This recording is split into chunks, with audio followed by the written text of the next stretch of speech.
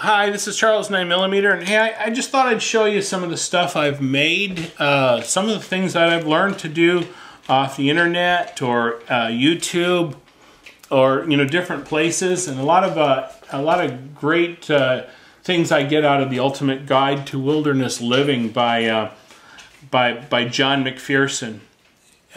Beautiful book. I really like this. This is one of my most favorite survival books. Wilderness Living by John McPherson. And John McPherson has also helped train Les Stroud.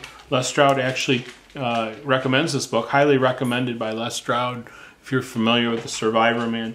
But you want to check this out. This is some serious survival stuff, like making your own bows, making your own equipment, making your own knives, making your own clothing. Everything is in this book. It's really great. You might want to check that out as well. Show you some other things I've made. My kuksu I've made out of birch. This was a lot of work, especially when you just do it in your lunch hour. As well as there's a hickory slingshot. And hickory wood is very hard. This shoots very nicely. Great piece of equipment for survival gear. I made a goatskin bag for the ammo.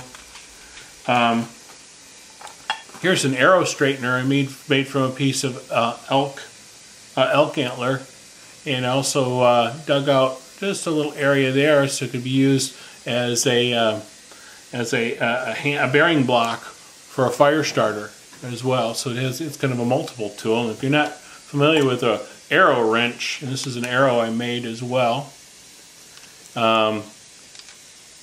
it's used to heat up the arrow over some heat source, and then you take that wrench and you pull out all of those little crooks and bends in it with this wrench.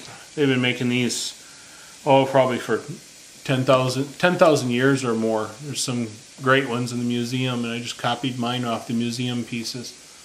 This is a sporran, a hand-stitched sporran, Scottish sporran, which is just a little belt pouch. And if you're looking on how to make these, they're all over the internet that people have shown how to do it. This is just my particular try at it, and it turned out real nicely.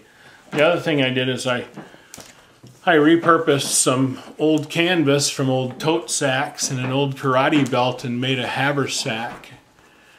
This is machine sewn because I don't have a lot of time to do this. I would have hand stitched it otherwise.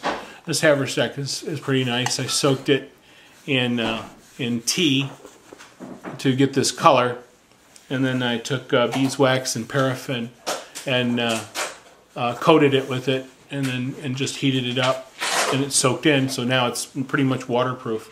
So this is some of the gear that you saw sitting here. Thought you might be interested in seeing. Here's a char cloth burner made out of an old tobacco tin, and of course I showed you the arrow already.